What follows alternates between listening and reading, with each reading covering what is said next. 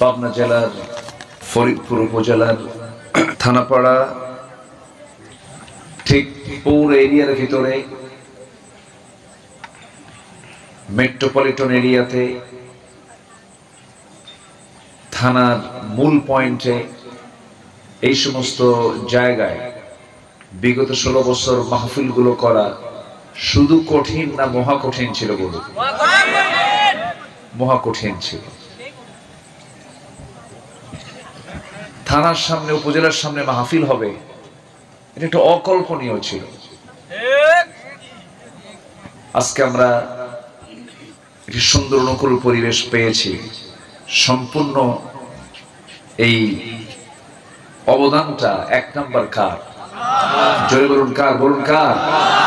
আল্লাহ পারেন কিনা বলেন? আল্লাহ পারেন কিনা? আল্লাহ শোনেন কিনা? আল্লাহ বোঝেন কিনা? আল্লাহ জানেন কিনা? আল্লাহ পাকের শুকরিয়া যে আমরা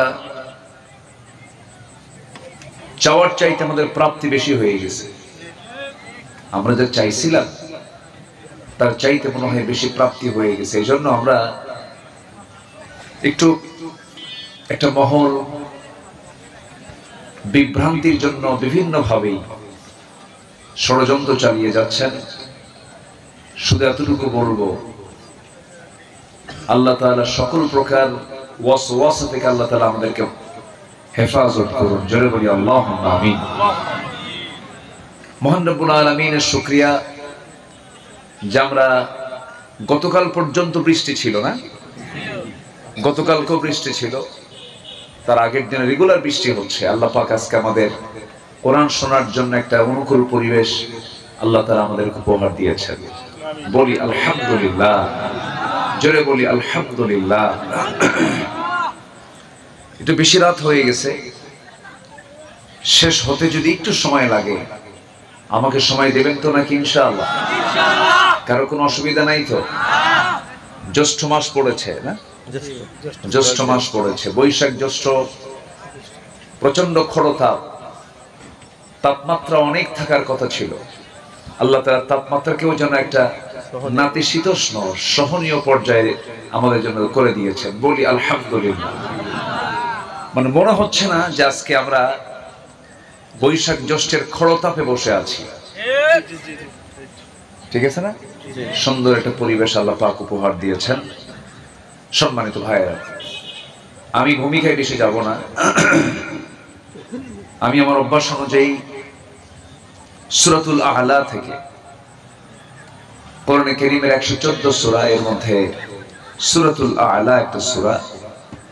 আল্লাহ পাক যে সূরাটা মক্কায় নাযিল করেছেন, 30তম পারা। তো আমি এই সূরাকে সামনে রেখে, আয়াতগুলোকে সামনে রেখে আমি কিছু কথা বলতে চাচ্ছি। ওয়ামা তাওফীকি ইল্লা বিল্লাহ আলাইহি তাওয়াক্কালতু ওয়া ইলাইহি উনীব। আল্লাহ যেন আমার মুখ থেকে সেই কথাগুলো বের করে দেন যে কথাগুলো মুসলিম উম্মার জন্য এই মুহূর্তে দারুণ প্রয়োজন। আল্লাহ কবুল করুন। জোরে বলি আল্লাহুম্মা আমিন। সম্মানিত ভাইরা, আমরা যে কিতাবটাকে নিয়ে বসেছি, এই কিতাব পৃথিবীর কোন লেখকের লেখা বই নয়, প্রচলিত কিতাবের মতো একটি সাধারণ কিতাব নয়। এদিকে সাধারণ কিতাব না অসাধারণ কিতাব? বলুন তো, সাধারণ না অসাধারণ? নরমাল না আশ্চর্য? আশ্চর্য বললে ভুল হবে, অত্যাশ্চর্য। এটা এমন একটি কিতাবের নাম যে কিতাব এমন কিছু তথ্য দেয়, এমন কিছু তথ্য আল্লাহ পাক এর মধ্যে দিয়েছেন, কিয়ামত পর্যন্ত যারা গবেষক ভিক্ষুকের মতো চেয়ে থাকবে কোরআন থেকে নেবার জন্য, ফুরাবে না। জোরে বলি সুবহানাল্লাহ। আর জোরে বলি সুবহানাল্লাহ। লা তুহসা আজাইবুহু। যার আশ্চর্যতা কখনো ফুরাবে না। এটা চির নতুন, পুরাতনের কোনো কিছু নাই এর মধ্যে, সবসময় এটা চির নতুন। এটা এই যে ডেলিভারি, এই কিতাবের যে তথ্য নিত্য নতুন, যেন আল্লাহ তাআলা যেন এখনই এটা নাযিল করে দিয়েছেন। বলি সুবহানাল্লাহ, জোরে বলি সুবহানাল্লাহ। এই যে আমি মাইকে কথা বলছি, মাইকে আওয়াজ পাচ্ছে, এই যে এখানে অনেকগুলো স্পিকার, তারপরে রেকর্ডার, ক্যামেরা, মাইক, লাইট, সবকিছুতেই কিন্তু লোহা আছে না? বলেন তো, লোহা আছে। লোহা ছাড়া পৃথিবীর কোনো কিছুই চলমান নয়, চলবে না, অচল হয়ে থাকবে। এই যে ইন্ডিয়া পাকিস্তান যে যুদ্ধ হলো, যে মিসাইল গুলো মারলো, যে হামলাগুলো হলো, তারপরে বিমান হামলা হলো, এই যে সমস্ত কিছু আমরা যা চোখে দেখতে পাচ্ছি, এগুলো সব সৃষ্টির পিছনে মূল উপাদান কি বলুন তো? লোহা। লোহা ছাড়া কিছুই হয় না। এই যে ধান কাটবেন, কি দিয়ে কাটেন ধান? কাছে কি দিয়ে বানানো? লোহা দিয়ে। জামা ছিঁড়ে গেছে, ছোট্ট একটা সেলাই দরকার, সেই সেলাইটা দিবেন, কি লাগবে? লোহা লাগবে। সুই ছাড়া উপায় নেই। আপনার শরীরটা কেটে গেছে, ফেটে গেছে, অ্যাক্সিডেন্ট করেছে, সেলাই দরকার, কি দিয়া? লোহা দিয়া। লোহা ছাড়া উপায় নেই। আল্লাহ তাআলা লোহা নামে একটা সূরা নাযিল করেছেন। আল্লাহ রাব্বুল আলামিন বলেন, وَأَنزَلْنَا الْحَدِيدَ فِيهِ بَأْسٌ شَدِيدٌ وَمَنَافِعُ لِلنَّاسِ। আমি লোহা নাযিল করেছি যার মধ্যে রয়েছে প্রচন্ড শক্তি এবং মানুষের জন্য উপকার। প্রচন্ড শক্তি যার মধ্যে রয়েছে, এই জালাল রাব্বুল আলামিন কত আগে এই তথ্যটা দিলেন। এই লোহা কিন্তু পৃথিবীর কেউ বানায় নাই। দিনাজপুরের গ্যাসের খনি, সিলেটের গ্যাসের খনি, দিনাজপুরের কয়লার খনি, সৌদি আরবের সোনার খনি, এরপরে তেলের খনি, যত খনির কথা আমরা জানি সব খনিগুলো মাটির নিচে, মাটি থেকে আমরা এগুলোকে পেয়ে থাকি। কিন্তু আল্লাহ রাব্বুল আলামিন যে লোহা নামক যে নিয়ামত আমাকে আপনাকে দান করেছেন, এই লোহাটা আল্লাহ রাব্বুল আলামিন পৃথিবীর কোনো মাটিতে রাখেন নাই। আল্লাহ রাব্বুল আলামিন লোহাটা আসমান থেকে নাযিল করেছেন। জোরে বলি সুবহানাল্লাহ। ওয়া আনজালনাল হাদিদ, আমি লোহা নাযিল করেছি। সূর্যের যে আভ্যন্তরীণ তাপমাত্রা, সূর্যের আভ্যন্তরীণ তাপমাত্রা হলো 15 মিলিয়ন ডিগ্রি সেলসিয়াস। আর এই লোহা যদি কেউ বানাতে চায়, লোহা বানাতে যে তাপমাত্রা লাগবে তার পরিমাণ হলো, বিজ্ঞান বলছে 5 বিলিয়ন ডিগ্রি সেলসিয়াস। আমরা সর্বোচ্চ এখন এখানে বসে আছি 28 কি 30 ডিগ্রি সেলসিয়াস হবে, 30-32 ডিগ্রি সেলসিয়াস হবে। তাহলে এই পৃথিবীতে যদি কেউ লোহা বানাতে চায়, তাপমাত্রা দরকার হলো 5 বিলিয়ন ডিগ্রি সেলসিয়াস। সম্ভব বলেন তো? সম্ভব না। তাহলে লোহাটা কে দিয়েছেন? বিজ্ঞান বলতেছে তাহলে এটা আকাশ থেকে কোন সুপারনোভার বিস্ফোরণের মধ্য দিয়ে আল্লাহ রাব্বুল আলামিন আসমান থেকে লোহাটা বান্দার কল্যাণে নাযিল করেছেন। ওয়া আনজালনাল হাদিদ, আমি লোহাকে নাযিল করেছি। তাহলে বলুন, বিজ্ঞান কি কোরআন কি বিজ্ঞান থেকে নেবে না বিজ্ঞান কোরআন থেকে নেবে? বলেন বলেন, কে নেবে? কোরআন নেবে না বিজ্ঞান নেবে? বিজ্ঞান। শুধু লোহার কথা বললাম, এরকম করে বহু তথ্য আল্লাহ রাব্বুল আলামিন এই কিতাবের মধ্যে বলে দিয়েছেন। বিগ ব্যাং থিওরি পৃথিবীর এখন আলোচিত একটা থিওরি। বিগ ব্যাং থিওরিটা আসার বহু আগে আল্লাহ রাব্বুল আলামিন এই থিওরি কোরআনে কারীমের মধ্যে বলে দিয়েছেন। আল্লাহ রাব্বুল আলামিন বলেন, أَوَلَمْ يَرَ الَّذِينَ كَفَرُوا أَنَّ السَّمَاوَاتِ وَالْأَرْضَ كَانَتَا رَتْقًا فَفَتَقْنَاهُمَا وَجَعَلْنَا مِنَ الْمَاءِ كُلَّ شَيْءٍ حَيٍّ। জোরে বলুন আল্লাহু আকবার। এই বিগ ব্যাং থিওরিটা হলো, বিজ্ঞান বলতেছে এই আকাশ আমরা যে দেখতে পাই, এই জমিন যে দেখতে পাই, এর মাঝে যে মহাশূন্যতা, এই মহাশূন্যতা ছিল না। আকাশ এবং জমিন একসঙ্গে লাগানো ছিল, প্রচন্ড একটা ধাক্কা হয়েছে, এই প্রচন্ড ধাক্কার মধ্য দিয়ে মহাশূন্যতার সৃষ্টি হয়েছে, বিজ্ঞান বলছে। আর আল্লাহ রাব্বুল আলামিন ১৫০০ বছর আগে এই তথ্য কোরআনে কারীমের মধ্যে বলে দিয়েছেন। জোরে বলি সুবহানাল্লাহ। সম্মানিত ভাইরা, সেই কালোজয়ী কিতাব, চ্যালেঞ্জপূর্ণ কিতাব কোরআনে কারীম থেকে যৎকিঞ্চিত কিছু কথা আমি বলতে চাচ্ছি। আমাকে সময় দিচ্ছেন তো নাকি সবাই? কারো কোনো আপত্তি নাই তো? বলি আলহামদুলিল্লাহ। কিন্তু সমস্যা হলো আমি শ্রোতাদেরকে দেখতে পাচ্ছি না, শ্রোতার মাঝে আলো নাই। তা আলো কি আপনারা বন্ধ করে দিয়েছেন নাকি আলো আসলে আলো নেই? তো পোকা তো মাশাআল্লাহ আমার গায়ে তো বহু পোকা লেগে আছে।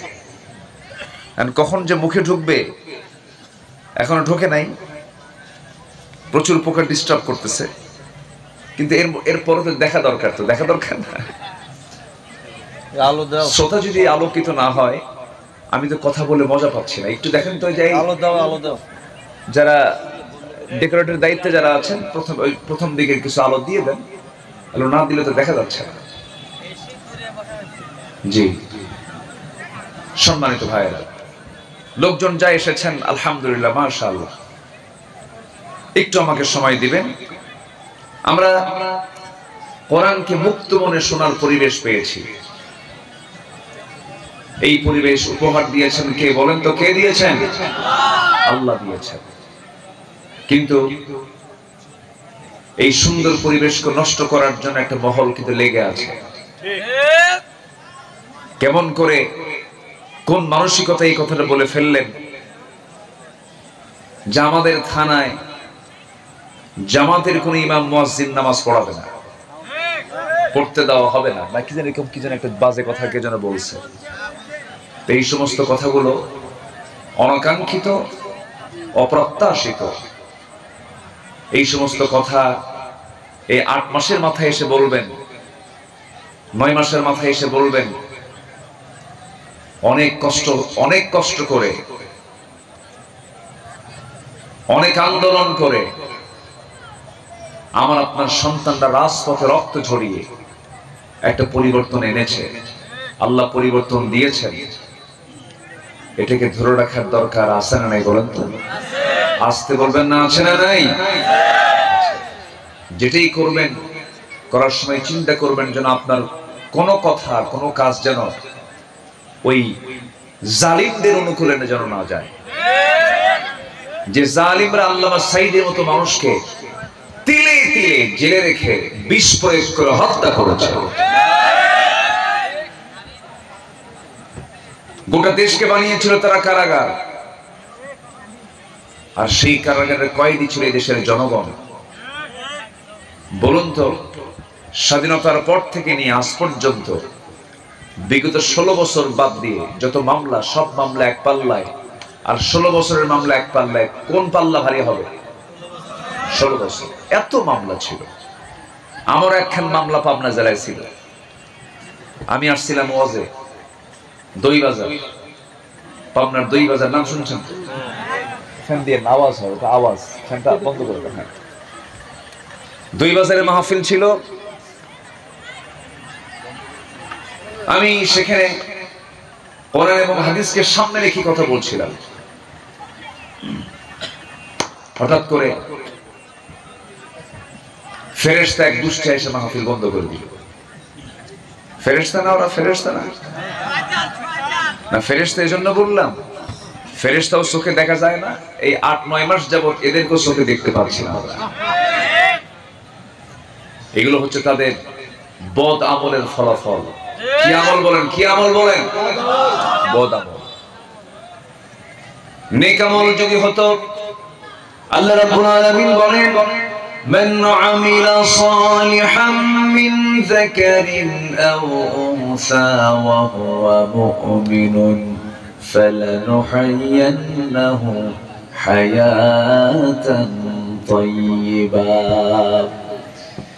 যদি নেক আমল হয়, আল্লাহ বলেন আমি সে পুরুষ হোক মহিলা হোক ঈমানদার যদি হয়ে থাকে, আমি আল্লাহ রাব্বুল আলামিন তাকে পবিত্র বরকতময় জীবন আমি তার জন্য দান করে দেই। জোরে বলি সুবহানাল্লাহ। নেক আমলের ফলাফলই তো আমাদের সাবেক প্রধানমন্ত্রী এখন দিল্লি বসে আছেন, তাই না? এটা নেক আমল না? এটা নেক আমল। কিছুই হতো না, এগুলো কিছুই হতো না যদি নাটকগুলো না করতো। আজকে 9 মাস যাবত কোনো জঙ্গির নাটক নাই, কিন্তু কোনো জঙ্গির নাটক আছে? 9 মাস যাবত কিন্তু জঙ্গির কোনো নাটক নাই, সব নাটক বন্ধ হয়ে আছে। নাটকটা হবে কেমনে, অভিযানটা হবে কেমনে? যিনি এই নাটকের যিনি নাট্যকার তিনি তো এখন দেশেই নাই, দিল্লি গিয়ে বসে আছে।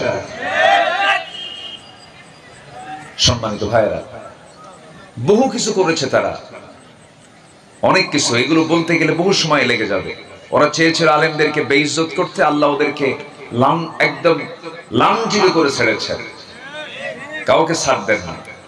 একটা দেশের 1 নম্বর ধনী মানুষ, ধনীর তালিকায় থাকে 1 নম্বর ব্যক্তি, পালানোর জন্য মুখের দাড়িটা পর্যন্ত রাখতে পারে নাই। জানেন না? আপনারা জানেন না?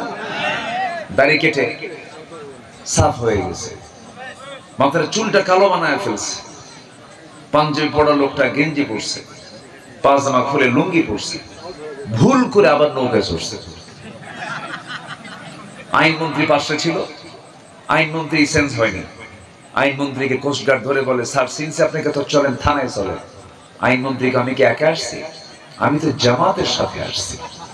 জামাতের সাথে মানে? আমার সাথে আরেকজন আছে। তো কে? ওই যে বসে আছে। লোক তো চেনা যায় না, মাঝি মাঝি মনে হয়, ভালো করে দেখো ওটাই দরবেশ। অনেক কিছু করেছে আল্লাহ। ওদেরকে চেয়েছিল আল্লাহ, ওরা চেয়েছিল আলেমদেরকে অসম্মান করতে, আল্লাহ ওদেরকে নেংটা করে বিদায় করে দিয়েছেন। আল্লাহ আছে না নাই? আল্লাহ আছে। আল্লাহ সব কিছু জানেন, সব কিছু বোঝেন, সব কিছু দেখেন।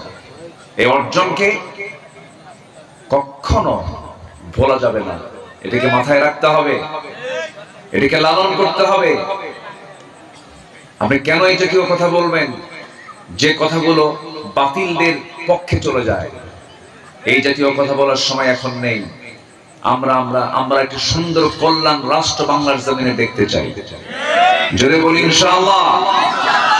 আমরা কোনো চাঁদাবাজদের নেতৃত্ব দেখতে চাই না, আমরা নতুন বোতলে পুরাতন মদ দেখতে চাই না, আমরা সুন্দর একটি বাংলাদেশ দেখতে চাই। জোরে বলি ইনশাআল্লাহ। সম্মানিত ভাইয়েরা, একটু একটু করে কথা বলি। আমরা মাহফিলে আসছি ওয়াজ শুনতে না সংশোধন হতে, বলেন তো? আচ্ছা, মাইকের আওয়াজটা কই? মাইক ওলা কোথায়? মাইকের আওয়াজ তো কেমন যেন ক্লিয়ার না, মানে দূরের মাইক গুলো ভালো, মাশাআল্লাহ। আরে বক্স টক্স কেন? এমনি মাইক টাইক নাই এখানে? মাইক টাইক দেন, একটু মাইক দেন, একটু মাইকের আওয়াজ একটু কানে আসুক। বক্স তো সীমিত জায়গার জন্য, ইকো টিকোর দরকার নাই, একটু সুন্দর করার চেষ্টা করে। সম্মানিত ভাইয়েরা, সম্মানিত বন্ধুগণ, আমি কি বলতে গিয়ে ভুল করলাম না তো এবার? আচ্ছা, সম্মানিত ভাইয়েরা, আমরা এখানে এসেছি শুধু ওয়াজ শুনতে না সংশোধন হতে, বলেন তো? আমাদের সংশোধন হওয়া দরকার আছে না নাই? আমার দেশে ওয়াজ বেশি না সংশোধন বেশি? বলেন বলেন বলেন বলেন। আমার দেশে ওয়াজ বেশি না আমল বেশি? ওয়াজ বেশি। ওয়াজ কি কম সময় হয় না দীর্ঘ সময় হয়? পাবনা জেলা একমাত্র জেলা যে জেলাতে সারা রাত ওয়াজ হয়, ঠিক আছে না? সারা রাত মানুষ শোনেও। আধা ঘন্টা 40 মিনিট আর 1 ঘন্টার বক্তব্য, এইটা কোনো ওয়াজই না, এরকমও বলে কিন্তু। অথচ আমার বিশ্বনবী সাল্লাল্লাহু আলাইহি ওয়াসাল্লাম তিনি তার জীবনের শ্রেষ্ঠ ভাষণ দিয়েছেন মাত্র 25 মিনিট। ইখতাবু ফি হাজ্জাতিল ফিদা, বিদায় হজের ভাষণ তিনি দিয়েছেন, নাতি দীর্ঘ, মাত্র 25 থেকে 30 মিনিট হবে। এমন কোন কথা নাই যে কথা তার ওই খুতবার মধ্যে বাদ পড়েছে। সব কথা এনেছেন 25-30 মিনিটের ভিতরে। আমার দেশে একটানা 2 ঘন্টা ওয়াজ হয়, একটা আয়াতও নাই, হাদিসও নাই, কিন্তু মানুষ কেন্দ্রে কেন্দ্রে শেষ। আছে না তাই বলেন তো? না, মূল কথাগুলো থাকতে হবে। একটু মনোযোগ দিয়ে সবাই শুনবেন। আমি যেখান থেকে তেলাওয়াত করেছি সেই তেলাওয়াতকৃত আয়াতের দিকে আস্তে আস্তে যাচ্ছি। সূরাটার নাম হলো সূরাতুল আ'লা।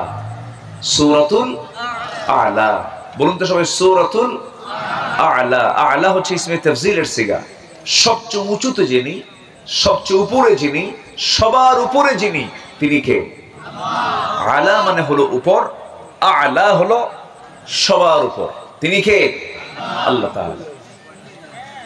আল্লাহ রাব্বুল আলামিন বলেন, سبح اسم ربك الأعلى الذي خلق فسوى والذي قدر فهدى والذي أخرج المرعى فجعله غثاء أحوى سنقرئك فلا تنسى إلا ما شاء الله إنه يعلم الجهر وما يخفى জোরে বলুন আল্লাহু আকবার।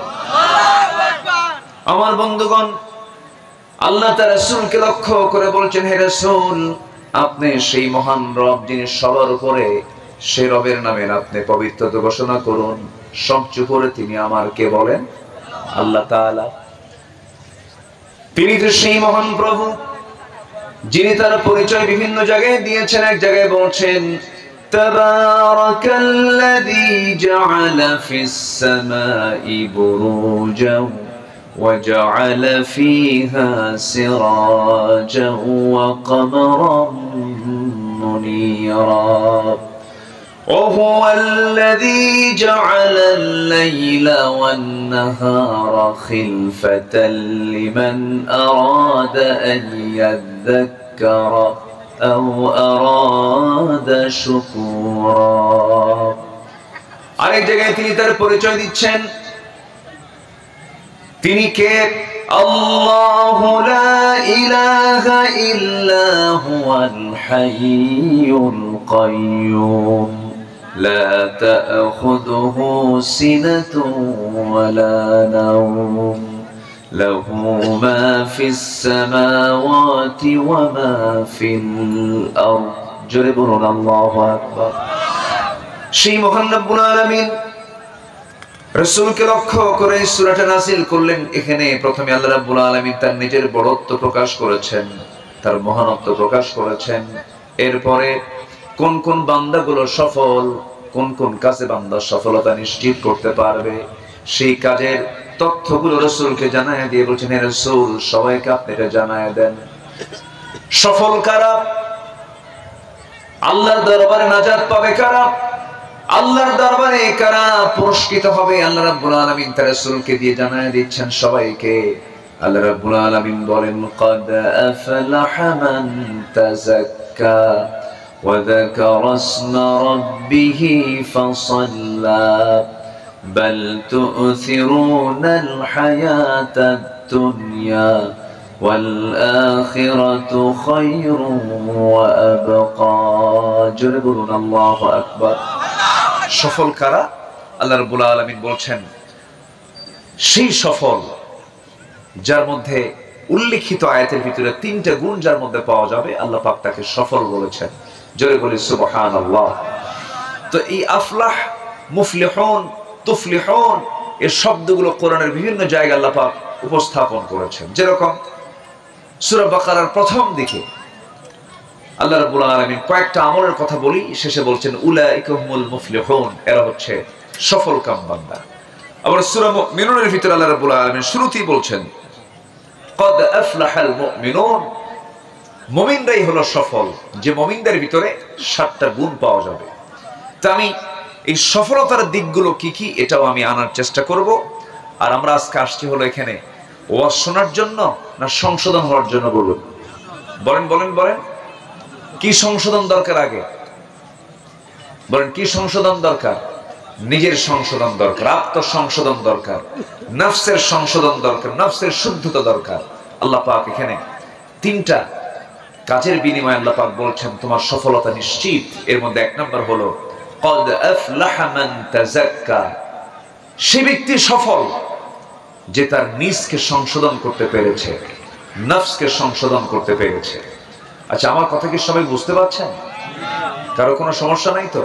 কিন্তু অনেকে না বলেই কিন্তু যাচ্ছেন, আমি এটা লক্ষ্য করছি। জানি 12টা পার হয়ে গেছে, থাকাও কঠিন।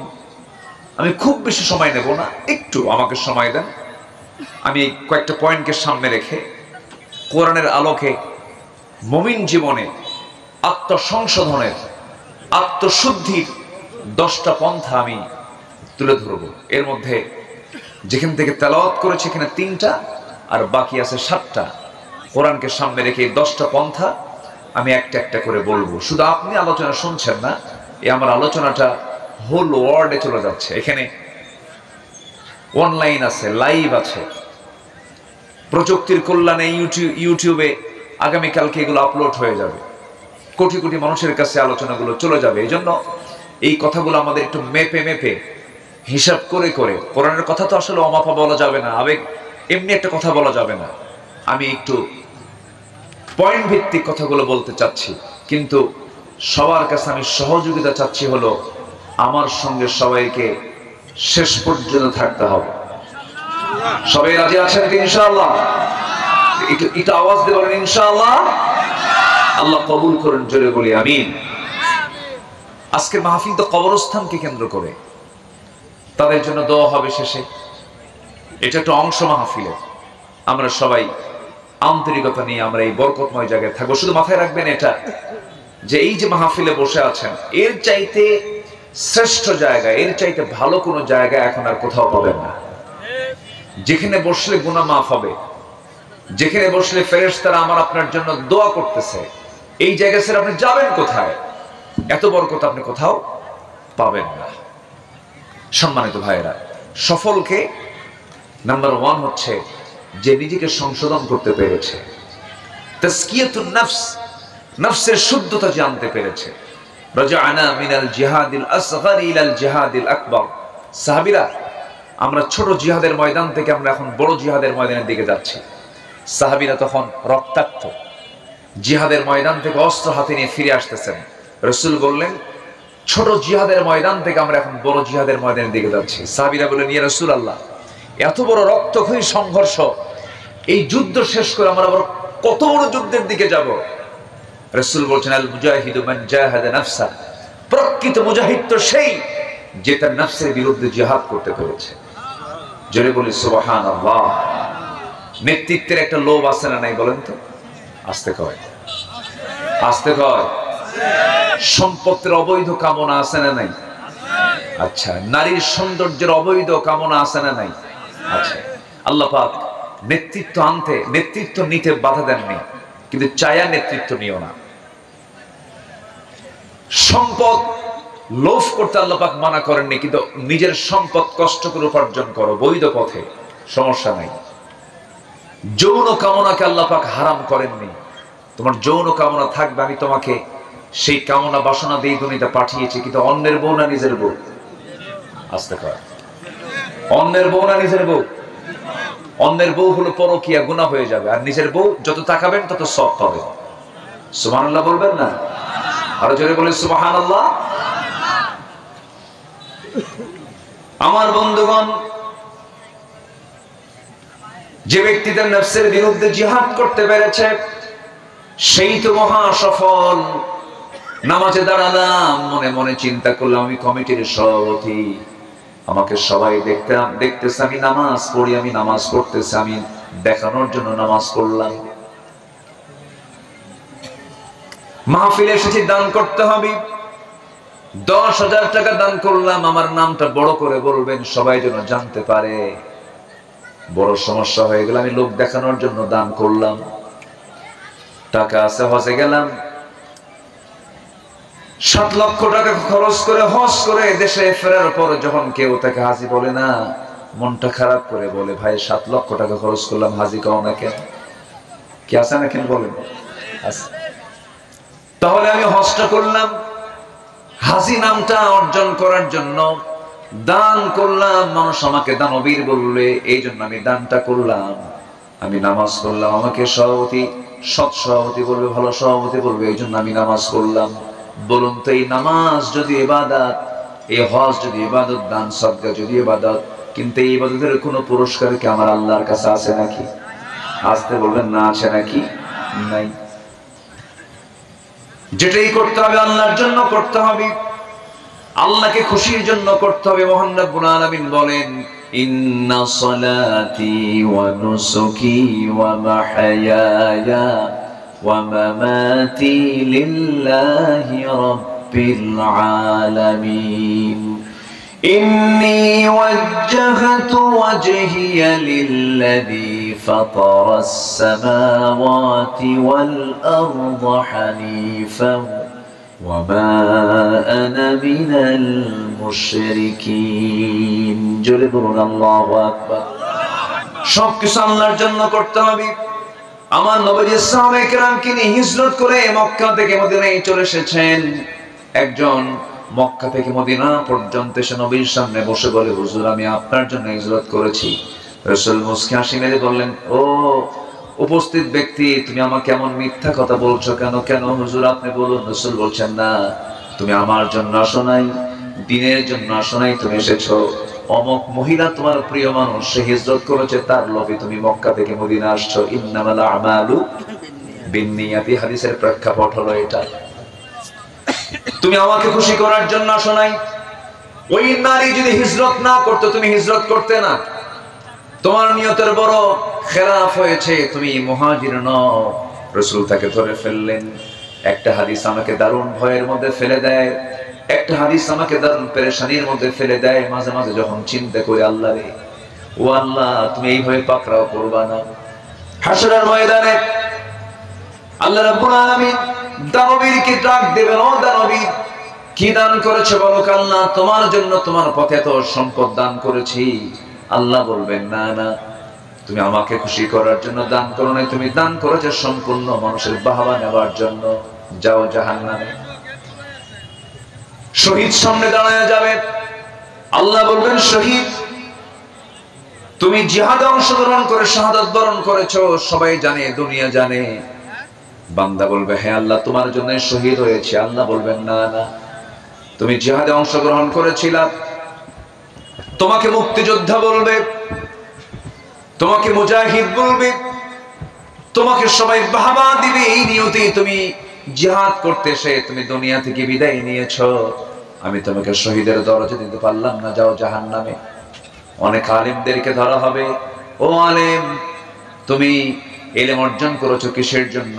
বান্দা বলবে, আল্লাহ তোমার দ্বীন শেখার জন্য, তোমাকে খুশি করার জন্য। না না, তোমাকে আলেম বলবে, তোমাকে হাফেজ বলবে, তোমাকে কারি বলবে, তোমাকে মুফতি বলবে, তোমাকে শাইখুল হাদিস বলবে, অনেক কিছু বলবে। তুমি এই বাহাবা নেবার জন্য তুমি ইলমটা হাসিল করেছো, আমার জন্য তুমি ইলমটা হাসিল করো নাই। যাও জাহান্নামে চলে যাও। তাহলে আমি এতক্ষণের আলোচনায় আমি আপনাকে যেটা বোঝাতে চাচ্ছি, বলুন তো, আমল আগে না নিয়ত আগে? জোরে জোরে জোরে জোরে জোরে জোরে বলেন। আমল আগে না নিয়ত আগে? বলেন। নিয়তটা সহি হবে, সমস্ত আমলগুলো কবুল করবেন তিনি আমার কে? আসতে বলবেন না, তিনি আমার কে? আল্লাহ তাআলা। আল্লাহকে খুশি করার জন্য সব সময় করতে হবে কাজগুলো। আল্লাহ আমার রাজি আছেন কিনা, আল্লাহ আমার খুশি হলেন কিনা। গোটা দুনিয়া একদিকে থাক, লাইয়াদুর রকশি, আপনার কোনো ক্ষতি করতে পারবে না, কিন্তু আমার আল্লাহ আমার দিকে আছেন, আমার আল্লাহ আমার কল্যাণ করবেন। গোটা দুনিয়ার মানুষ আপনার পক্ষে আছে, কিন্তু আল্লাহ আপনার পক্ষে নাই। গোটা পৃথিবীর মানুষ আপনার কোনো কল্যাণ করতে পারবে না, ঠিক কিনা? আমার সকল কল্যাণ অকল্যাণ কার হাতে? আসতে বলবেন না, কার হাতে? আল্লাহর হাতে। এই জন্য নফসের শুদ্ধতা আনতে হবে। নফসের ভিতরে যদি দুনিয়াবি কোনো লক্ষ্য থাকে, আখিরাত কেন্দ্রিক কোনো চিন্তা না থাকে, আল্লাহর খুশি করা যদি কোনো চিন্তা না থাকে, সমস্ত আমলগুলো আমার নষ্ট হয়ে যাবে। আপনি কি জানেন বহু মুসল্লি নামাজ পড়ার পরও জাহান্নামে চলে যাবে? আল্লাহ রাব্বুল আলামিন সূরা মাউনের ভিতরে বলেন, যারা পারেন ঠোঁট মিলিয়ে বলুন, ফাওয়াইলুল লিল মুসাল্লিনা আল্লাযীনা হুম আন সালাতিহিম সাহুন আল্লাযীনা হুম ইউরাউনা ওয়া ইয়ামনাউনাল মাউন। ওই সমস্ত মুসল্লির জন্য ওয়াইল, ওই সমস্ত মুসল্লির জন্য ধ্বংস। ওয়াইল নামক দোজখ তাদের জন্য বরাদ্দ আছে যারা অবহেলা করে নামাজ পড়ে, যারা লোক দেখানো নামাজ পড়ে। তাহলে এখানেও নামাজটাও তো হবে কার জন্য? আসতে বলবেন না, কার জন্য? আল্লাহর জন্য হতে হবে। সফল কোন মুসল্লি? আল্লাহ রাব্বুল আলামিন বলেন, قد أفلح المؤمنون الذين هم في صلاتهم خاشعون والذين هم عن اللغو معرضون والذين هم للزكاة فاعلون والذين هم لفروجهم حافظون والذين هم لأماناتهم وعهدهم راعون والذين هم على صلواتهم يحافظون أولئك هم الوارثون الذين يرثون الفردوس هم فيها خالدون। জোরে বলুন আল্লাহু আকবার। 7 কাজের সফলতা কয় কাজে বলেন? আজ ধরুন না, কয় কাজের সফলতা? 7 কাজের সফলতা। সংশোধন হওয়ার জন্য, নিজের জীবনকে পরিবর্তন করে নেবার জন্য, জান্নাতের গ্যারান্টি নিশ্চিতভাবে দুনিয়াতে পাওয়ার জন্য আমাকে আপনাকে 7টা কাজ করেই আমাকে সংশোধন হতে হবে। নাম্বার 1 হলো নামাজকে দেখানো না আল্লাহকে খুশি করা? জোরে বলেন, জোরে বলেন। আল্লাহকে খুশি করার জন্য করতে হবে নামাজ। যারা মনোযোগের সঙ্গে যারা নামাজ পড়বে, খুশুর সঙ্গে যারা নামাজ পড়বে, তারা হলো সফল। নামাজের মধ্যে তাড়াহুড়ো করা যাবে না। এই যে মাহফিলে বসে আছি, তাড়াহুড়ো করা যাবে না। তাড়াহুড়ো করা মানেই হলো সে আমলটা বরবাদ হয়ে যাওয়া, সে আমলটা নষ্ট হয়ে যাওয়া। দেখবেন কিছু কিছু মুসল্লি আছে মসজিদে সবার পরে যায়, আবার সবার আগে বের হয়ে আসে। আছে না? এরকম আছে না? যায় সবার পরে, আসে সবার আগে, কিন্তু সেই আবার ইমামকে লোকমা দিয়ে দেয়, হুজুর তাড়াতাড়ি খুতবা শেষ করেন, হুজুর তাড়াতাড়ি খুতবা শেষ করেন। কিন্তু যে ইমানদার হবে, যে প্রকৃত নামাজি হবে, তার কাছে যখন নামাজ এসে যখন দাঁড়ায়া যাবে, তার কাছে মনে হবে নামাজ যদি একটু লম্বা হতো, আমি আল্লাহর সঙ্গে বেশি লম্বা সময় কথা বলতে পারতাম। গত 2 বছর আগে রমজান মাসে মদিনা মুনাওয়ারায় তারাবির পরে এবং ফজর আগ দিয়ে কিয়ামুল লাইল সেখানে হয়। কিয়ামুল লাইল রাতের নামাজ হয় জামাতের সাথে। সেই রাত্রে আমি ওই ইমামের পেছনে, যে ইমামের বয়স 90 বছর প্রায়, তিনি রাসূলের সেই মদিনার মসজিদে তিনি নামাজ পড়ানো শুরু করলেন। কিয়ামুল লাইল 2 রাকাত নামাজ শেষ করেছেন। সময় লেগেছে প্রায় 39 থেকে 40 মিনিট। আল্লাহু আকবার বলেন। কি ধৈর্যের দরকার আছে না নাই? 2 রাকাত নামাজ কয় মিনিট বলেন? 40 মিনিট। যদি আমার দেশের কোন ইমাম যদি এরকম 2 রাকাত নামাজ পড়তে নিয়ে, নফল বাদ দেন, ধরেন ফজরের ফরজ নামাজ যদি 40 মিনিট ধরে যদি ফজর নামাজ পড়ে, বলেন তো মুসল্লি কি করবে? প্রথম রাকাতেই জারি চলে যায়। হ্যাঁ, হয়তো নামাজটা কোনো মতো শেষ করবে, নামাজের মধ্যে তার কিছু বলার কায়দা নেই। নামাজ শেষ হওয়ার মাত্র বলবে, হুজুর আপনার তো কাম নাই, আমাদের কাম আছে, টোপলা বাঁধেন, চাকরি আউট। আমার কথা কি বুঝতেছেন? কিন্তু না, যে প্রকৃত যে নামাজি, প্রকৃত যে ইমানদার, তার কাছে নামাজ যত লম্বা হবে তার কাছে তত প্রিয় মনে হবে। জোরে বলি সুবহানাল্লাহ, জোরে বলি সুবহানাল্লাহ। নামাজের মধ্যে মজা পেতে হবে। নামাজের মধ্যে মজা তো সেই পাবে যে দিল থেকে যে নামাজটা পড়বে, যে মন থেকে নামাজটা পড়বে, সেই নামাজের মজা পেয়ে যাবে। নামাজটা একমাত্র আল্লাহর খুশির জন্য পড়তে হবে। নামাজ অত্যন্ত মনোযোগের সঙ্গে পড়তে হবে। আল্লাহ রাব্বুল আলামিন 1 নম্বর বললেন খুশুর সাথে নামাজ পড়, খাশিউন, খুশুর সঙ্গে নামাজ পড়তে হবে। আমার নবীজি নাই, এমন একটা সময় এক বেদুইন সাহাবী এসে সাইয়েদনা আলীকে পেয়ে বলতেছে, আলী মাঝে মাঝে নামাজের মধ্যে আমার দুনিয়ার কথা মনে হয়, নামাজ কি আমার কবুল হবে নাকি? সাইয়েদনা আলী শক্ত ফতোয়া মেরে দিয়ে বলছেন, না কবুল হবে না, নামাজ হবে না, যাও। সাহাবী হতাশ হয়ে ফিরে গেলেন বাড়িতে।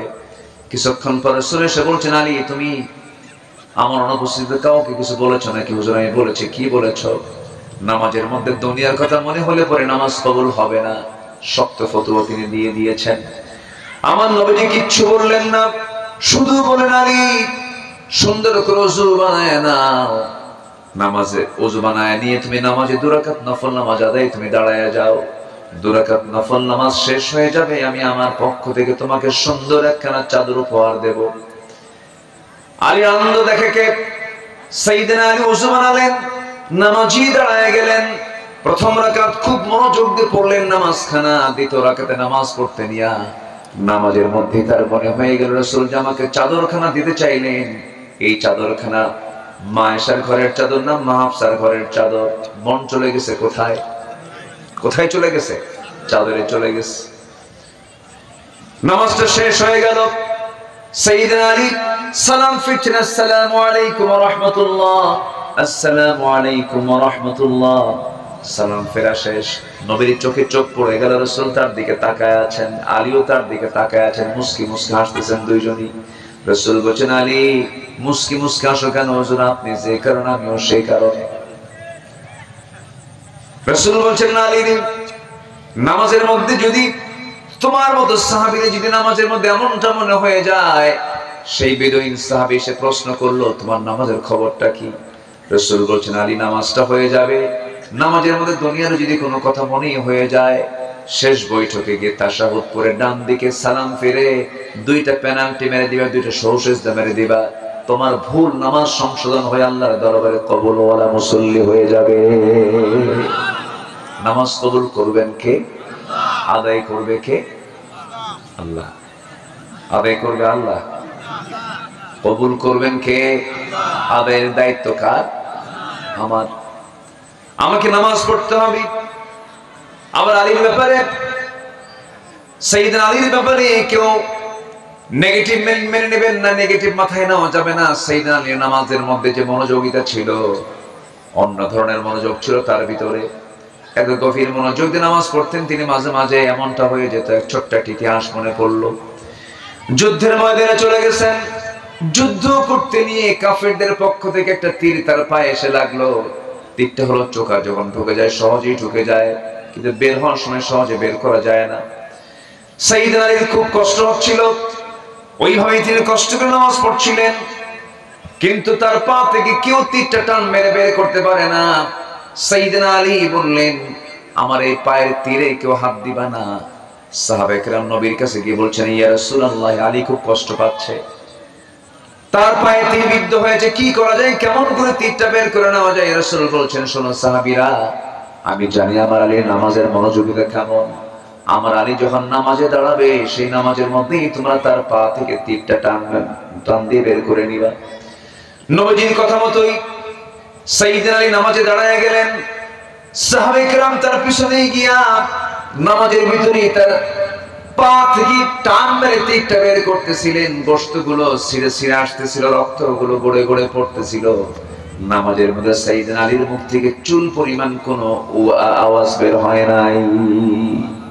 নামাজ শেষ করে ফেলেছেন, পায়ের দিকে তাকায় দেখেন সেই যন্ত্রণার বিদ্ধদায়ক সেই তীরটা নাই। প্রশ্ন করেন, ভাইরা আমার, নামাজের আগে যে যন্ত্রণার তীর আমার পায়ে কষ্ট দিচ্ছিল, সেই তীর তো নামাজের পরে দেখি না, কি হয়েছে? সবাই মিলে বলে ফেলল, আলী নামাজের মধ্যে আমরা তোমার পা থেকে তীরটা টান মেরে বের করে নিয়েছি নবীর পরামর্শে। সাইয়েদনা আলী বলেন, আল্লাহর কসম করে বলি, নামাজের মধ্যে আমার পা থেকে কখন তীরটা বের করে নিয়েছো, আমি আলী বিন্দু পরিমাণ কোনো টের পাই নাই। নামাজটা হবে কার জন্য? আজ বলবো না কার জন্য? নামাজ যদি হয় আল্লাহর জন্য, আমার নাফসটা ঠিক আছে, তাজকিয়া ঠিক আছে। আর নামাজ যদি না ঠিক হয়ে যায়, যেমন নামাজ যদি দুনিয়ার জন্য হয়, মানুষের জন্য হয়, তাহলে আমার কি ভেজাল না নির্ভেজাল? ভেজাল হয়ে গেল। আল্লাহ সুন্দর করে বলছেন, قد أفلح من تزكى وذكر اسم ربه فصلى কোন বান্দা সফল? নাম্বার 1 হলো যে ব্যক্তি নিজের নফসকে শুদ্ধ করতে পেরেছে। আমার বন্ধুগণ একটু কান লাগাবেন, অর্ধ দুনিয়া শাসনকর্তা ছিলেন সাইয়েদনা ওমর ফারুক রাদিয়াল্লাহু তাআলা আনহু। 40টা রাষ্ট্র তিনি চালিয়েছেন। ছোট শাসক না বড় শাসক? বলেন বলেন বলেন। শুধু বড় না, অনেক বড় শাসক, অনেক বড় শাসক। নফসের শুদ্ধতা কাকে বলে দেখেন, ছোট্ট একটা ইতিহাস বললেও জিনিসটা ক্লিয়ার হয়ে যাবে নফসের শুদ্ধতা কি। দেখেন, রাষ্ট্রের পক্ষ থেকে 1 বোতল মধু পেয়েছেন। 1 বোতল মধু নিয়ে তিনি বাড়িতে চলে আসলেন। বউটাকে ডাক দিয়ে বলছেন, বউ আমার, এই যে 1 বোতল মধু, সুন্দর করে 5 ভাগে ভাগ করো। 1 ভাগ আমাদের, বাকি 4 ভাগ হলো প্রতিবেশীদের। সুন্দর করে ভাগ করো। স্ত্রী হাতে দেওয়ার 1 মিনিট যেতে না যেতে হঠাৎ করে তিনি বলে ফেলছেন, আমার স্ত্রী, মনক্ষুণ্ণ হইও না, আমি তোমাকে মধুভাগের দায়িত্ব দিতে পারলাম না। বলুন তো, কোন স্বামী যদি স্ত্রীর সঙ্গে এমনটা আচরণ করে লাগবে কিনা? অনেকে চুপ করে আছে, মনে হয় সবার বউ মনে হয় রাবিয়া বস্তু। হ্যাঁ, লাগবে কিনা বলেন? লাগবে তো, লাগতেই পারে। সাইয়েদনা ওমর ফারুক রাদিয়াল্লাহু তাআলা আনহু কিচ্ছু বললেন না, শুধু বোতলটা আবার হাতের মধ্যে নিয়ে নিলেন। কিন্তু স্ত্রীর মনটা খারাপ, তিনি করলেন কি, সেই বোতলটা নিয়ে প্রতিবেশীর বাড়িতে চলে গেলেন। প্রতিবেশীর বাড়িতে গিয়ে বলছেন, প্রতিবেশী, এই যেখানে 1 বোতল মধু আছে, সমান 5 ভাগে ভাগ করবা। 1টা ভাগ আমাকে দেবে, বাকি 4 ভাগ তোমরা প্রতিবেশী 4 জন নিয়ে নিবে। সমান ভাবে ভাগ করা হলো। তার অংশের মধুগুলো নিয়ে এবার তিনি এসে বলতেছেন, বউ আমার, আমি তোমাকে দারুণ ভালোবাসি, আমি তোমাকে মহব্বত করি, আমি তোমাকে সম্মান করি, তুমি আমার সন্তানদের মা, আমার ফ্যামিলি তুমি মেইনটেইন করো, আমি রাষ্ট্র মেইনটেইন করি। আমার রাষ্ট্র পরিচালনায় যদি আমার ফ্যামিলি মেইনটেইন না হতো, আমি রাষ্ট্র পরিচালনা করতে পারতাম না। তোমার অনেক বড় অবদান। স্ত্রী, তুমি আমার মনক্ষুণ্ণ হবে না, আল্লাহর কসম করে বলি, মধুভাগের দায়িত্ব তোমাকে দিয়েছিলাম, কিন্তু পরে তোমার হাত থেকে মধুর বোতল নিয়েছি তোমাকে সন্দেহ করে নয়, তোমাকে আমি ভুল বুঝে আমি তোমার কাছ থেকে মধুর বোতলটা নেই নেই। আমি মধুর বোতল নেওয়ার কারণ হলো তুমি সমান ভাগেই ভাগ করবে, কিন্তু একটু কম বেশি অসমান আছে। সেটা হলো, মধু হলো তরল জিনিস, যখন তুমি ভাগ করতে যাবে সমান ভাগই ভাগ করলে, কিন্তু ভাগ করার সময় 2-1 ফোঁটা মধু তোমার হাতে লেগে যাবে। ওই 2-1 ফোঁটা মধু হাতে লেগে যাক, এতটুকু মধু আমাদের ভাগে বেশি চলে আসুক এটা চাই নাই মনে করে মধু ভাগের দায়িত্বটা নিজের কাঁধে না নিয়ে আমরা অন্যের কাঁধে দিয়ে দিয়েছি। একটু আস্তে কোন সুবহানাল্লাহ, জোরে বলুন সুবহানাল্লাহ। এটাই হলো তাসকিয়াতুন নফস। এটা কি তাসকিয়াতুন নফস? ওমর ফারুক রাদিয়াল্লাহু তাআলা একদিন ঘোড়া কিনতে গেছেন। এখন মানুষ হুন্ডা কিনতে যায়। কি কিনতে যায়? হুন্ডা কিনতে। তিনি কি কিনতে গেছেন? ঘোড়া। ঘোড়া কিনতে যায়, লেনদেন হয়ে গেছে, কথাবার্তা হয়ে গেছে, কমিটমেন্ট হয়ে গেছে, কেনা বেচার যে চুক্তি এটা হয়ে গেছে। দাম দর ঠিক করে ঘোড়ার লাগামটা হাতে নিয়ে টাকাটা বুঝাইয়া দিয়ে তিনি ঘোড়ার পিঠে চড়ে বাড়ির দিকে ফেরত আসতেছিলেন। কয়েক মাইল যেতে না যেতেই ঘোড়ার 4টা পা অচল হয়ে গেছে। 4 পা যখন অচল হয়ে গেছে, সাইয়েদনা ওমর ফারুকের রাগ, চূড়ান্ত রাগ উঠে গেছে। রেগে গিয়ে খেপে গিয়ে ওই ঘোড়াওয়ালার কাছে এসে বলছেন, ঘোড়া বিক্রেতার কাছে এসে বলছেন, ঘোড়া বিক্রেতা, আমি এই ঘোড়াটা নেব না, কারণ এই ঘোড়াটা তুমি আমাকে অসুস্থ ঘোড়া দিয়েছো, অচল ঘোড়া দিয়েছো। ঘোড়া বিক্রেতা বলছেন, না, আমি আপনাকে অচল ঘোড়া দেই না, আমি আপনাকে সুস্থ ঘোড়া দিয়েছি, কিন্তু আপনার মালিকানা যাওয়ার পর অসুস্থ হয়ে পড়ছে, আমি এই ঘোড়া ফেরত নেব না। ওমর ফারুক বলছেন, তোমাকে ফেরত নিতে হবে না, ফেরত নেব না। দুইজন তর্কাতর্কির এক পর্যায়ে সাইয়েদনা ওমর ফারুক বলছেন, তোমাকে ফেরত নিতে হবে। ঘোড়া বিক্রেতা বলতেছেন, না না, আমি ঘোড়া ফেরত নেব না, প্রয়োজন আদালত পর্যন্ত যাব। চলুন আমরা আদালতে ধরনা দিই, আদালতের ফায়সালা চূড়ান্ত ফায়সালা। সামান্য একজন ঘোড়া বিক্রেতা একজন শাসনকর্তার বিরুদ্ধে আদালত দেখাচ্ছে। সাইয়েদনা ওমর ফারুক মুস্কি হাসি মেরে বলছেন, চলো, আইন সবার জন্য, আইন সবার জন্য সমান। নিজের ক্ষমতার কোনো প্রভাব দেখালেন না, চলে গেলেন আদালতে। আদালতের ভিতরে তিনি ঢুকতেছিলেন, এমন সময় ওই আদালতের যিনি বিচারপতি ওমর ফারুককে চেনা মাত্রই তিনি দাঁড় হয়ে গেছেন। সালাম দিয়ে বলছেন, সাইয়েদনা ওমর ফারুক, আপনি এই জায়গায় কেন? ওমর ফারুক বলছেন, আমার সামনে তোমার দাঁড়ানোর দরকার নেই, তুমি বিচারক। আমার সামনে সম্মান প্রদর্শনের দরকার নেই, বিচারক শোনো। একটা মামলা জমা হয়েছে আমার বিরুদ্ধে, মামলা দিয়েছে। এই মামলার রায়টা নামানোর জন্য ব্যক্তি ওমরকে না দেখে তুমি আদালত দেখো, ইনসাফ ভিত্তিক তুমি বিচার করবে, আমি বিচারটা মেনে নেব। সেই বিচারক দুই পক্ষের কথাই শুনলেন, ঘোড়া বিক্রেতার কথাও শুনলেন, আবার সাইয়েদনা ওমর ফারুকের কথাও শোনার পর এবার কাজী সাহেব, বিচারপতি সাহেব বলতেছেন, সাইয়েদনা ওমর ফারুক, আপনি আমারও আমির, আমারও খলিফাতুল মুসলিমিন, আমি আপনার বিরুদ্ধে আমি আজকে রায় দেব, কিন্তু আমি আপনার বিরুদ্ধে যে রায় দেব এটা আপনার প্রতি রাগ করে নয়, এটা ইনসাফকে সামনে রেখে, বিচারকে সামনে রেখে আমি আপনার বিরুদ্ধে আজকে রায় দেব। কারণ আজকের যতটুকু কথা শুনলাম দুই পক্ষের, এদিক থেকে আমি বিচার করলে দেখা যায় ইনসাফ ভাবে এই বিচারটা সম্পূর্ণ, এই রায়টা আপনার বিরুদ্ধে চলে যায়। আপনি ওমর ফারুক রাদিয়াল্লাহু তাআলা আমার সামনে সুস্থ অবস্থায় গল্প করছেন, কথা বলতেছেন, কনভারসেশন হচ্ছে। আপনি এই জায়গা থেকে সুস্থ অবস্থায় বাড়ি পর্যন্ত ফিরতে পারবেন তার কোনো গ্যারান্টি আছে নাকি? না, গ্যারান্টি নাই। ঘোড়া আপনাকে যখন বিক্রি করে দেয় তখন সেই ঘোড়াটা সুস্থ ছিল, আপনার মালিকানায় যাওয়ার পরে ঘোড়াটা সুস্থ হয়ে গেছে। এই ঘোড়া ফেরতের কোনো প্রশ্নই আসে না। ওমর ফারুক কিচ্ছু বললেন না। ওমর ফারুক মাথা নিচু করে আদালত চত্বর থেকে মুচকি হাসি মেরে বের হয়ে পরের দিন সিদ্ধান্ত নিলেন। পরের দিন সমস্ত সদস্যদেরকে ডাক দিয়ে, মাজলিসে শুরাকে ডাক দিয়ে চূড়ান্ত সিদ্ধান্ত জানায় দিলেন যে বিচারপতি আমি ওমর আমার বিরুদ্ধে রায় দিতে পারে, সে সমস্ত বিচারপতি যার নফসের শুদ্ধতা আছে, আমি তাকে লোকাল বিচারপতি থেকে তাকে জাতীয় বিচারপতির পদ দিয়ে দিলাম। জোরকান সুবহানাল্লাহ। তাসকিয়াতুন নফস, নফসের শুদ্ধতা, অহংকার থাকা যাবে না, হিংসা থাকা যাবে না, এগুলো হচ্ছে নফসের রোগ। অহংকার, হিংসা এগুলো তো নাই মনে হয়, আসতে বলে আছে না? নাই, এগুলোকে বাদ দিতে হবে। আল্লাহ রাব্বুল আলামিন বলেন, قد أفلح من تزكى وذكر اسم ربه فصلى। নাম্বার 2 হলো যারা আল্লাহর নামের জিকির করবে। আমাদের মুখে জিকিরটা থাকবে কার? আসতে বলেন, জিকিরটা থাকবে কার?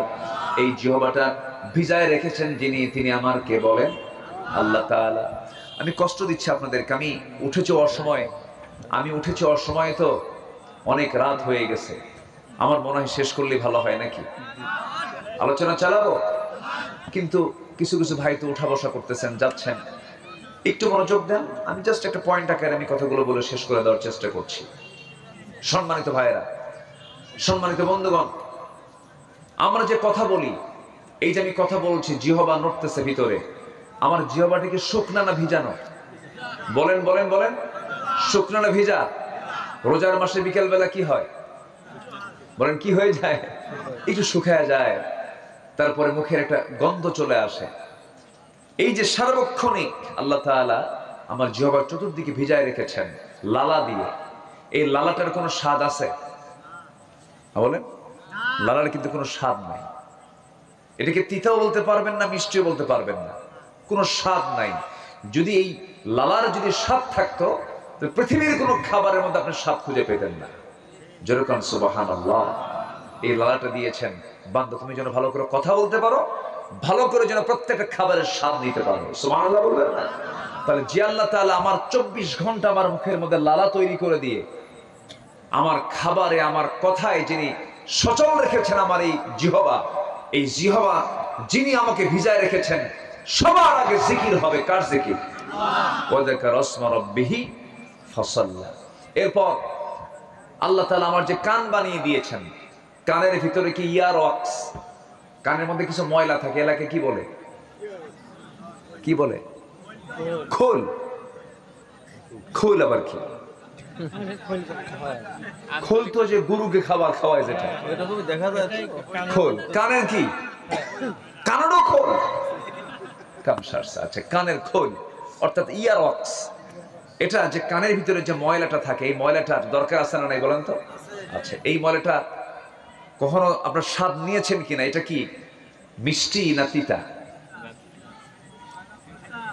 হ্যাঁ, একজন কাছে ভটকা, এটা তিক্ত, এটা তিক্ততা, এটার মধ্যে কোনো মিষ্টি নাই।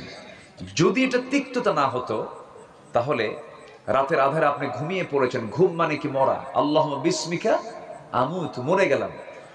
আপনি যখন ঘুমায় পড়লেন সেই সময় আপনার ওই কানের যদি ইয়ারক্স যদি মিষ্টি হতো, তিক্ততা না হয়ে যদি মিষ্টতা আসতো, তাহলে সব পিঁপড়াগুলো জমা হতো কোথায়? মিষ্টি আছে যেখানে পিঁপড়া যায় সেখানে সব পিঁপড়া জমা হতো কোথায়? কানে। বলেন তো কোন রাতকে আপনি ঘুমাতে পারতেন? আপনি ঘুমাতেন, আরেকজন পাহারা দিত, তো ও কানের কাছে যেন কোনো পিঁপড়া না আসে।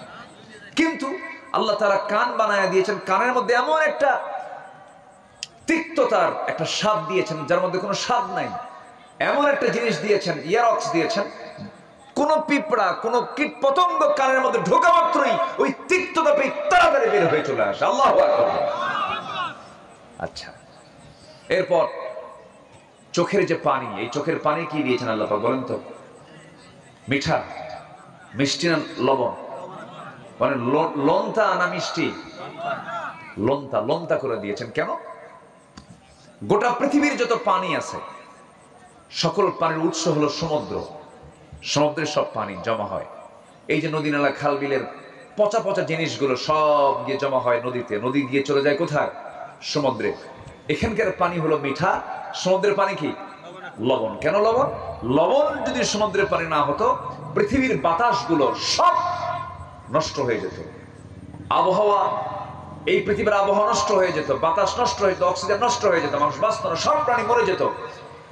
আবহাওয়া যেন নষ্ট না হয়, আল্লাহ তাআলা সকল জীবাণুকে ধ্বংস করার জন্য সমুদ্রের পানিকে লবণ করেছেন। যেরকম সুবহানাল্লাহ। তাহলে লবণ মানে হচ্ছে জীবাণু মুক্ত করা। আমার চোখের ভিতরে আল্লাহ পাক কি পানি দিয়েছেন বলেন তো? লবণ পানি দিয়েছেন। বান্দা জমিনে চলতে নিয়া ধুলাবালি ঢুকবে, বিভিন্ন জীবাণু আক্রমণ করতে পারে, যেন আক্রমণ করে যেন আমার বান্দার চোখটা যেন নষ্ট না হয়। এই জন্য আমি 24 ঘন্টা চোখের পিছনে একটা মেশিন সেট করেছি। যখন কোনো বান্দার চোখের মধ্যে কোনো সমস্যা হতে নাই, আমি আল্লাহ লোনতা পানি বের করে দিই, একই দেহ কিন্তু লোনতা পানি বের করে দেই। সে লোনতা পানিটা বের করে দিয়া মহান রব্বুল আলামিন আমার আপনার চক্ষুটাকে স্থায়ী অয়েন্টমেন্ট দিয়া মলম দিয়ে ঠিক রেখেছেন। সুবহানাল্লাহ বলা যাবে না? সে আল্লাহ বলছেন বান্দারা আমার জিকির কর, ওয়াযাকারা ইসমা রাব্বিহি ফাসাল্লা, আমার জিকির করো, সুন্দর করে নিজের নফসকে শুদ্ধ করো, আমার জিকির করো, ফাসাল্লা, সুন্দর করে নামাজ পড়ো। এই কাজটা যদি করতে পারো, আমি আল্লাহ বলছি তুমি বান্দা সফল থেকে সফল। যেরকম সুবহানাল্লাহ। নাম্বার 4 হলো তওবা করা। কি করা বলে? তওবা করা। তওবা করব কার কাছে? তওবা করব কার কাছে? দুনিয়ার দল করছে জীবনে, আর দুনিয়ার দল করবো না। দল করবো কার? আরো জোরে, আরো জোরে। আল্লাহর দল করতে হবে, দুনিয়ার কোনো দল করা যাবে না। দুনিয়ার দল করবেন তো মরবেন একদম। ও যাবে জাহান্নামে, আপনিও যাবেন জাহান্নামে। আমি কিন্তু আমার কথা বলছি না, কোরআন থেকে বলছি। যারা দুনিয়ার আইনকে প্রতিষ্ঠা করতে চায় তারা ঈমান, তারা বেঈমান। যারা দুনিয়ার আইনকে প্রতিষ্ঠার জন্য সংগ্রাম করে তারা কি ঈমানদার না বেঈমান? বেঈমান তারা, তাদের ঈমান নাই। নামাজ পড়ুক, রোজা রাখুক, হজ করুক, যাকাত দিক, যারা দুনিয়ার আইন চাবে তারা ঈমানদার নয়, তারা বেঈমান, বেঈমান, বেঈমান। কথা ক্লিয়ার?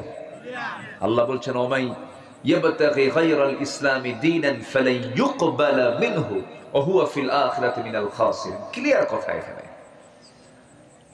দল করব ব্যক্তির না নবীর? আরো জোরে বলেন। দল করব ব্যক্তির না আল্লাহর? বাস, আল্লাহর দল, নবীর দল, এই দল ছাড়া কোনো দল করা যাবে না। সেই দলের নাম হবে ইসলাম। সেই দলের নাম কি হবে?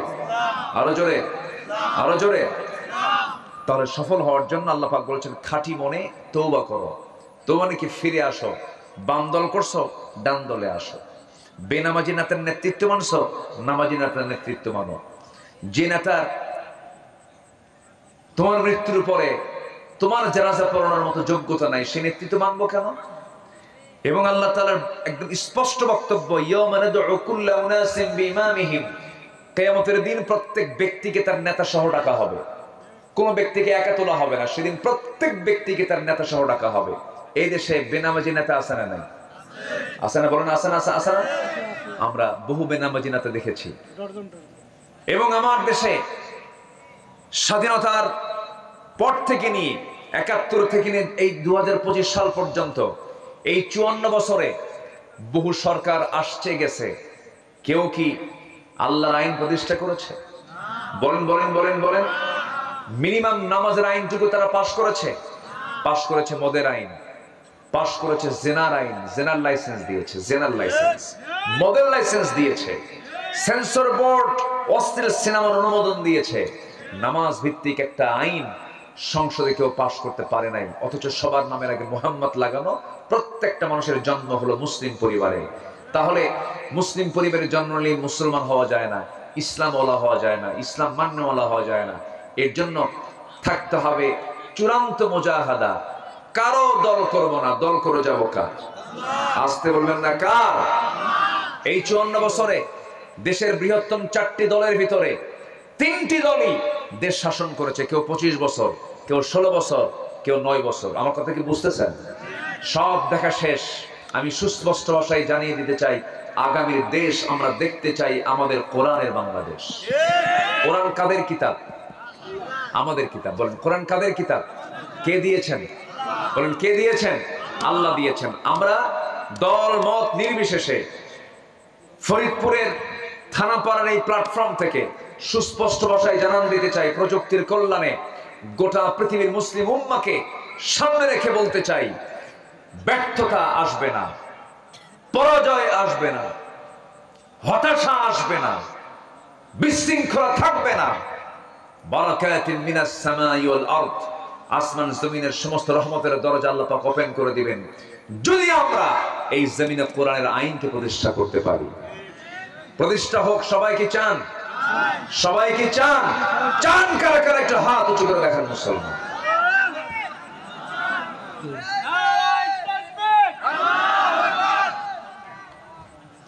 নারায়ে তাকবীর। কোরআন আছে যেখানে, কোরআন আল কোরআনের আলো, আলেম ওলামা যেখানে, আমার নেতা তোমার নেতা। আল্লাহ কবুল করুন, আল্লাহ কবুল করুন, আল্লাহ কবুল করুন। অনেক রাত হয়েছে। আজকের মাহফিলে বরেণ্য একজন মেহমান ছিলেন। জি, আমাদের শ্রদ্ধেয়, আমার অত্যন্ত প্রিয় ভাই মুফতি বজলুর রশিদ মিয়া। উনি একটু বয়স্ক হয়ে গেছেন, বয়সও হয়ে গেছে। ডায়াবেটিসের মাত্রাটা একদম উচ্চ মাত্রায় চলে গেছে। উনি বিছানা থেকে উঠতে পারছেন না। উনি অসুস্থতার কারণে আজকে উনি আসতে পারেন নাই। আমি নিজেও আজ থেকে 6-7 দিন আগে আমার দেহে ছোট্ট একটা অস্ত্রোপচার হয়েছে।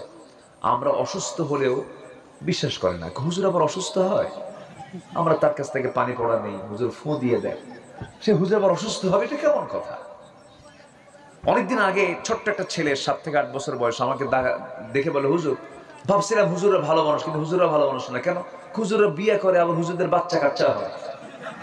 কি কথা কি বুঝতেছেন?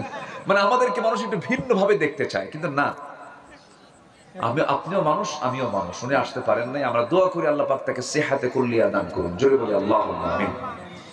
জি, সম্মানিত ভাইয়েরা, আমি ওনার মুখ থেকে একটা কথা শুনেছি, একটা ইঙ্গিত দিয়েছেন। আমি ব্যাখ্যায় যেতে চাই না, শুধু এতটুকু বলবো, আমি সূরা আলে ইমরানের 2টা আয়াতকে আমরা একটু গবেষণা করলে সব জবাব পেয়ে যাব। এক কথা, আমাকে যখন কবরে নেওয়া হবে, কবরে নিলেই আমাকে 3টা প্রশ্ন করা হবে। মার রাব্বুক, তোমার আইনদাতাকে। আমার আইনদাতাকে বলেন তো? আল্লাহ।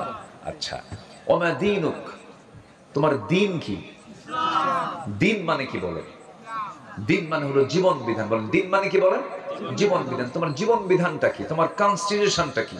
সেকুলারিজম, ন্যাশনালিজম, ক্যাপিটালিজম, সোশিয়ালিজম না ইসলামিজম? ইসলাম কিনা বলো।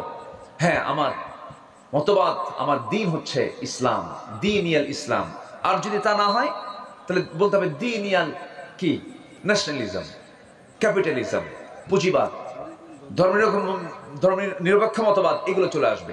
পৃথিবীতে ইসলাম ছাড়া 70 থেকে 80টি মানব রচিত মতবাদ আছে। 70 থেকে 80টা।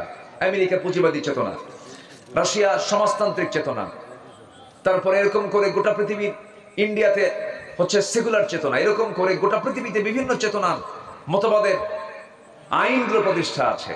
আল্লাহ বলছেন না, সকল আইনকে পরাজিত করে আমার আইন, আমার যে বিধান, কোরআন এমন একটি কিতাবের নাম যার মধ্যে ফৌজদারি দণ্ডবিধি আছে, পারিবারিক ল আছে, সামাজিক ল আছে, রাষ্ট্রীয় ল আছে, অর্থনীতি আছে, এমন কিছু নাই যা বাদ পড়েছে। কিন্তু কোরআনের কি একটা আইন, একটা বিধান কি সমাজে চালু আছে? নাই। সম্মানিত ভাইয়েরা, এটাকে আমাদের মাথায় নিয়ে আসতে হবে। আমি জমিতে ধান লাগাবো, আমি চাষি, আমার ধান আমি পাবো কিনা, বন্যা হয় কিনা, এই চিন্তা করলে কি চাষি কোনোদিন ধান লাগাতে পারবে? আমার বিজয় হোক আর না হোক, আমার দলে কম লোক হোক আর বেশি লোক হোক, এগুলো আমার দেখার বিষয় না। ইউকতাল আও ইয়াগলিব ফাসাউফা নুতিহি আজরান আযীমা। বিজয় হোক অথবা পরাজিত হোক, আমি তোমাকে বিজয় দান করব, আমি তোমাকে পুরস্কার দিয়ে দেবো। আল্লাহর পুরস্কার তো আমাদের সব মূল টার্গেট হচ্ছে জান্নাত পাওয়া। এই জন্য আসুন আমাদের চেতনাকে পরিষ্কার করি, আমাদের আকীদাকে, আমাদের বিশ্বাসকে আমরা পরিষ্কার করে ফেলি। তাজকিয়াতুন নফস সব জায়গায় হয়ে যাক। আল্লাহ পাক আমাদের কবুল করুন, জোরে বলি আমিন। অনেকগুলো দান এখানে এসেছে। থানাপাড়া জান্নাতুল বাকি কবরস্থান, আজাদ ভাই নামে একজন ভাই দিয়েছেন 1000 টাকা। কেউ যাবেন না, আমরা একসঙ্গে দোয়া করে যাব। মনি ভাই দিয়েছেন, আমজাদ হোসেন ভাই দিয়েছেন, সবুর খান দিয়েছেন, রিয়াজ ভাই দিয়েছেন, অলিউল্লাহ দিয়েছেন, মারফত দিয়েছেন, রহিম ভাই দিয়েছেন, ইসরাফিল ভাই দিয়েছেন। বসেন। মাহবুব ভাই, মারিয়াম না, মেরি, আচ্ছা মেরি তো মারিয়াম নাকি, ইংরেজিতে মেরি, আচ্ছা আলহামদুলিল্লাহ। নুরুল ইসলাম তিনি দিয়েছেন, তারপরে রমজান আলী ভাই দিয়েছেন বেনামি 1000, আর MSS কামসার, সেটা কি নাম, কোম্পানি, আচ্ছা। তারপরে লিটন ভাই দিয়েছেন, শাকিল আহমদ ভাই দিয়েছেন, বেনামি দিয়েছেন, বেনামি একজন, এরকম মাহমুদ মন্ডল ভাই দিয়েছেন। সবাই 1000, 1200, 1500, 2000, 5000 করে দিয়েছেন। আমিনুল মন্ডল যদি কেউ দিতে চান দিবেন ইনশাআল্লাহ। আপনি সবার দানকে তুমি আল্লাহ কবুল করো, জোরে বলি আল্লাহুম্মা আমিন। গতকালকের আবহাওয়ায় আজকে মাহফিল হবে, এটা কল্পনার বাইরে ছিল। অনেক দূর থেকে ভাবছেন যে গতকালকে যে বৃষ্টি হয়েছে মাঠে মনে হয় পানি জমে গেছে, এরকম বিভিন্ন ভাবেই আজকে এখানে আরো লোক হওয়ার কথা ছিল। যাই হোক, এই সময় তো মাহফিলের সময়ও না, একটি প্রতিকূল পরিবেশ আপনারা মাহফিলে আসছেন, আলহামদুলিল্লাহ। আমার গতকালকে মাহফিল ছিল হলো সাতক্ষীরা। আমি গতকাল সকালে ঢাকায় আসছি, তার আগের দিন ছিল আমার সাতক্ষীরা শ্যামনগরে মাহফিল ছিল। ওই গাজী নজরুল ইসলাম সাহেবের এলাকায় মাহফিল ছিল, উনি দাওয়াত করেছিলেন। এরপরে আপনাদের এই, জি আলহামদুলিল্লাহ, আপনাদের এই চাঁদ মাখা মুখ আল্লাহ পাক আমাকে দেখার তৌফিক দিয়েছেন। আমাদের সম্পর্ক আল্লাহ পাক হাসর পর্যন্ত গড়ায় দেন, জোরে বলি আল্লাহুম্মা আমিন। অনেক মা বোন মাহফিলে আসছেন, মা বোনদের জন্য দোয়া হবে। মা বোন যারা যে যা পারি আমরা সবাই দেওয়ার চেষ্টা করবো। আল্লাহ তুমি সবাইকে দিল থেকে দেওয়ার তৌফিক দাও, জোরে বলি আল্লাহুম্মা আমিন। জিকির করি সুবহানাল্লাহ, বিদেশে আছে আমাদের গ্রামের বহু লোক ছেলেপেলে বিদেশে আছে, এদের জন্য দোয়া করা লাগবে। আর এই মাহফিলে অনেক প্রবাসী ভাই দান করেছেন, অনেক প্রবাসী মাহফিলে দান করেছেন, সবার জন্য দোয়া করব। আল্লাহ যেন সবার প্রবাস জীবনকে আল্লাহ বরকতময় করে দেন। কি গজল শুনবেন? আগেরটা বারবার শুনে লাগছে, নতুন কিছু শোনো। জি বলেও না যে নতুন কিছু বলে। জি জি ঠিক আছে, দেখা যাক ইনশাআল্লাহ। পৃথিবী আমার আসল ঠিকানা নয়, মরণ একদিন মুছে দেবে সকল রঙিন পরিচয়। পৃথিবী আমার আসল ঠিকানা নয়, মিছে মানুষের বন্ধন, মিছে মায়া স্নেহ প্রীতি ক্রন্দন, মিছে মানুষের বন্ধন, মিছে মায়া স্নেহ প্রীতি ক্রন্দন, মিছে জীবনের রংধনু সাতরং, মিছে দুদিনের অভিনয়। পৃথিবী আমার আসল ঠিকানা নয়, মরণ একদিন মুছে দেবে সকল রঙিন পরিচয়। পৃথিবী আমার আসল ঠিকানা নয়, মিছে স্নেহ প্রীতি বন্ধন, মিছে মায়া ভালোবাসা ক্রন্দন, মিছে নাটকের মঞ্চের খেলা ঘর, মিছে নাটকের অভিনয়। পৃথিবী আমার আসল ঠিকানা নয়, মরণ একদিন মুছে দেবে সকল রঙিন পরিচয়। পৃথিবী আমার আসল ঠিকানা নয়। মারহাবা। কেউ তো মারহাবা বললেন না, কিছু বললেন? আচ্ছা, মঞ্জু ভাই চেয়ারম্যান মহোদয় উনি কোথায়? ওই যে এখানে বসে আছে চেয়ারম্যান মহোদয়। জি মাশাআল্লাহ, সাবেক চেয়ারম্যান মহোদয়। এখন তো সাবেকই, এখন তার চেয়ারম্যান থাকার কথা না। আচ্ছা আচ্ছা, বাবলু নামে একজন ভাই, তিনি দিয়েছেন কিছু টাকা। আল্লাহ কবুল করো, নেক নেক মঞ্জুর করো, আল্লাহ আমাকে মাফ করো। আমরা আর কথা লম্বা না করে যতটুকু হয়েছে যে আমরা বলে ফেলি আলহামদুলিল্লাহ। আজকে যে নফসের শুদ্ধতার উপরে সংশোধনী, আত্মসংশোধনী নিয়ে আমি যে আলোচনাগুলো করলাম, আল্লাহ যেন সবার জীবনে সংশোধন হওয়ার মানসিকতা নিয়ে এই আলোচনাগুলোকে নিজের ব্যক্তিগত জীবনে ট্রিট করার, বাস্তবায়ন করার তৌফিক আল্লাহ সবাইকে দান করুন। জোরে বলি আল্লাহুম্মা আমিন। আসুন আমরা আল্লাহর কাছে চাবো, আল্লাহর কাছে প্রার্থনা করবো, আল্লাহ যেন আমাদের গুনাহগুলোকে মাফ করে দেন। আল্লাহ যেন আমাদের আব্বা আম্মা যাদের দুনিয়া থেকে বিদায় নিয়েছেন, কবরগুলোকে জান্নাতের টুকরা বানায় দেন এবং জিন্দেগীর সকল গুনাহগুলোকে মাফ করে দেন। সবাই একটু নামাজের মতো করে বসি, আল্লাহর কাছে চাই। আমাদের গ্রামের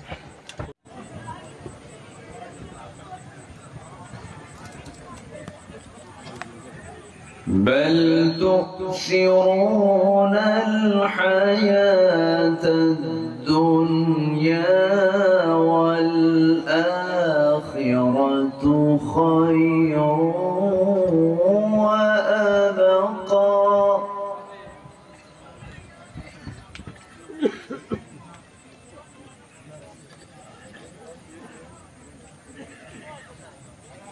إن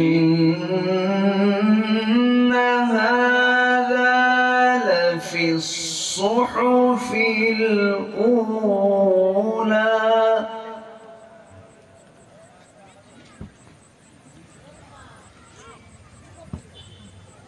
إن هذا لفي الصحف الأولى صحف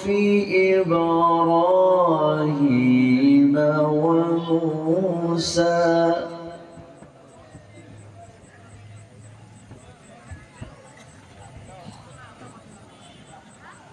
الله أكبر بسم الله الرحمن الرحيم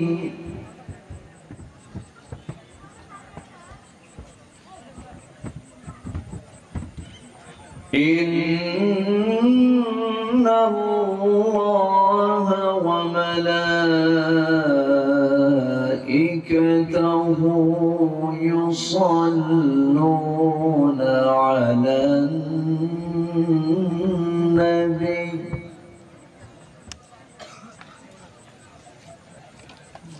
يا أيها الذين آمنوا صلوا عليه وسلموا تسليما اللهم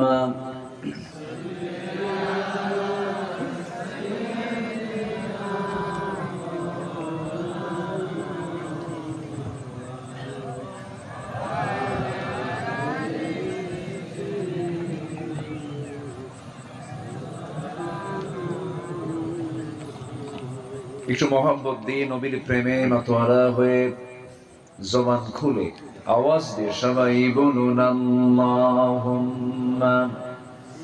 সাল্লি আলা সাইয়্যিদিনা মাওলানা মুহাম্মদ ওয়া আলা আলিহি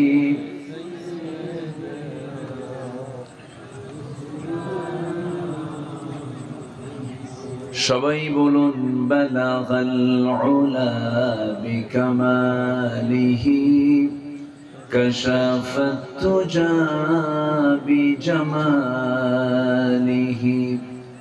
হাসনাত জামিউ খিসালিহি সাল্লু سراج الملة تمهي فخر دو عالم دلبار مولاه شريف الأنبياء نسخا كل أديان دغره بلغ العلا بكماله كشف التجى بجماله حسنت جميع خصاله